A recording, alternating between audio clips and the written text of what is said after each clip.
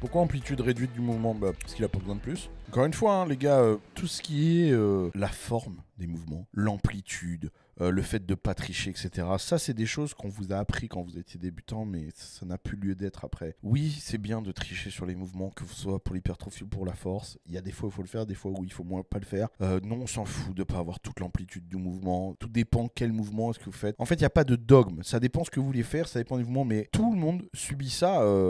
Tous les athlètes subissent ça, c'est-à-dire que quand vous êtes à un certain niveau, que vous faites des choses, tu vois, par exemple, même Ronnie, il va faire là c'est Ronnie, tu vois. Donc on n'ose rien dire. Toi, ta question, tu demandes comment ça se fait qu'il fait ça et tout. Logique, hein, je comprends. Si moi je fais ça, par exemple, il y a des mecs qui vont dire ah, l'amplitude elle est pas bonne, ou même si des mecs, des athlètes de très haut niveau font faire ça, t'as des mecs qui vont dire ah, l'amplitude elle est pas bonne, t'sais. Mais comment ça, l'amplitude elle est pas bonne? Elle est pas bonne pourquoi? Elle est très bonne pour travailler la portion du triceps qu'il a envie de travailler à l'instant T là. Il n'y a pas de règle pour faire de l'hypertrophie, pour grossir généralement. Il y a un papier entier de Brian Thompson là-dessus qui dit que tu peux pas devenir gros si tu triches pas. Il faut tricher sur les mouvements, bien sûr. Bien sûr, parce que ça peut t'aider à passer des points où l'angle de tirage il est quasi en hyperextension, tu vas avoir des pertes de force et où ça va te permettre de pouvoir charger plus justement et de mieux solliciter des parties du mouvement ou au contraire à ce moment-là tu as vraiment un recrutement optimal. Donc c'est intéressant. Par exemple, typiquement pour du curl halter, tricher c'est très bien. Il y a triché jusqu'à un certain point, tu vois. Mais tricher un peu pour le démarrage et pour pouvoir mettre plus lourd, si ton but c'est l'hypertrophie des biceps, mais c'est très bien. C'est très bien de se donner un coup au début, ça te permet de mettre plus lourd, d'avoir un petit mouvement de balancier, de mettre plus lourd, voire beaucoup plus lourd. Ça te permet de pas forcer quand ton bras il est complètement en hyperextension comme ça, là où tu vas avoir des risques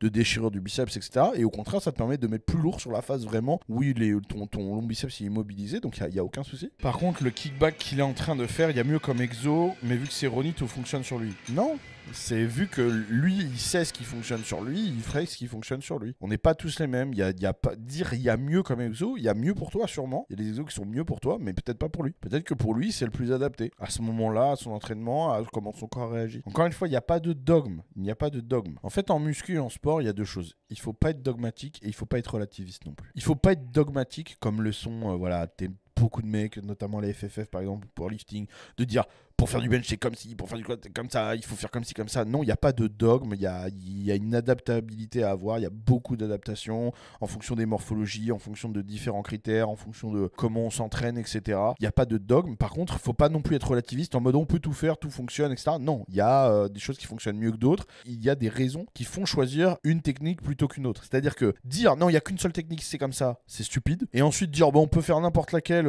ça change rien, c'est stupide aussi. Il y a des raisons morphologiques, métaboliques, de but, de structure de l'entraînement, etc. qui peuvent faire choisir certaines techniques, certains mouvements, certaines techniques d'entraînement, certaines techniques de programme, etc. Et il n'y a pas genre une solution à tous les problèmes, c'est que comme ci, c'est que comme ça. Mais d'un autre côté, il faut que ce soit vraiment adapté et nécessaire. On garde que le nécessaire.